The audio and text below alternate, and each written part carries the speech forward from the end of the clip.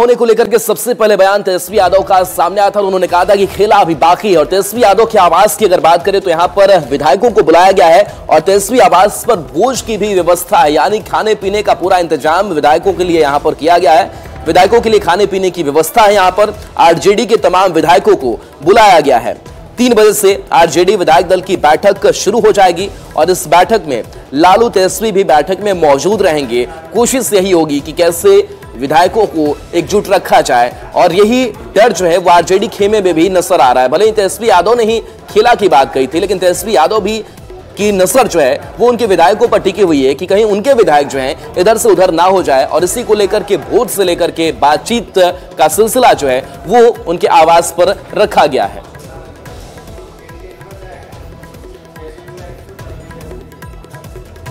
JDU नेता और पूर्व मंत्री मदन सहनी ने इस बीच ये दावा किया है कि जेडीयू में कहीं कोई टूट नहीं है। जो आरजेडी ये दावा कर रहा है कि जेडीयू के कई विधायक उनके संपर्क में है, तो ये जान लीजिए कि आरजेडी के ही कई जो विधायक है वो जेडीयू के संपर्क में है।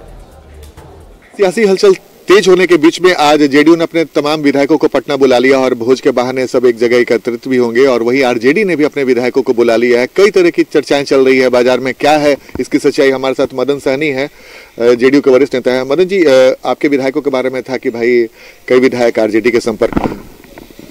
जनता दल यू का कोई भी विधायक किसी के संपर्क में नहीं है। वो सिर्फ और सिर्फ मुख्यमंत्री जी को जानते हैं और उनसे ही संपर्क में रहते हैं।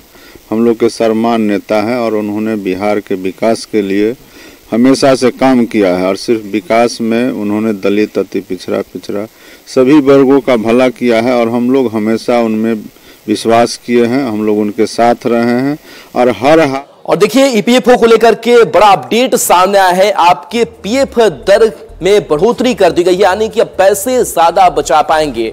तो उन कर्मचारियों के लिए ये अच्छी खबर है, बड़ी खबर है कि अब उन्हें पीएफ के जरिए जो ब्याज मिलता है वो अब ज्यादा मिलेगा। तो ईपीएफओ ने बड़ा तोहफा दिया है। 6 करोड़ मेंबर्स को ये तोहफा मिला है और जो इंटरेस्ट रेट है उसे बढ़ा दिया गया है।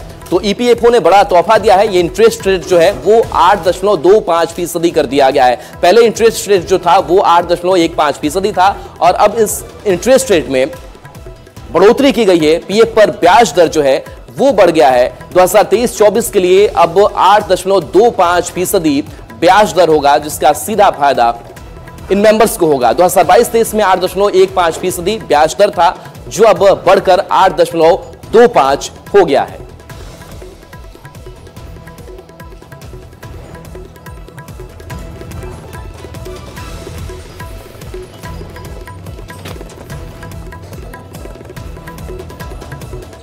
और देखिए, शराब मामले को लेकर के लगातार कार्रवाई जारी है, लेकिन इस बीच जो शराब तस्कर हैं वो भी बाज नहीं आ रहे हैं। शराब तस्करी के अलग अलग जो तरीके हैं वो अपनाए जा रहे हैं। और इस बीच वैशाली से बड़ी खबर सामने आ रही है, जहां महुआ में शराब की बड़ी खेप बरामद की गई है। ट्रक से 710 कार्टन शराब जब्त की गई है। तो वैशाली से ये बड़ी खबर, बड़ी कार्रवाई। ड्राइवर और कारोबारी मौके से फरार बताए जा रहे हैं। और ये तस्वीर वहां से, जहां महुआ में शराब की बड़ी खेप की बरामदगी और इस शराब की खेप को जब्त कर लिया गया है। बेलवा पेट्रोल पंप के आसपास में हम लोग जाके छानबीन किए तो 14 टका का ट्रक मिला, जिससे भारी मात्रा में शराब की बरामदगी हुई। कुल शराब की मात्रा 7 से 10 कार्टून है और 300 कुछ लीटर।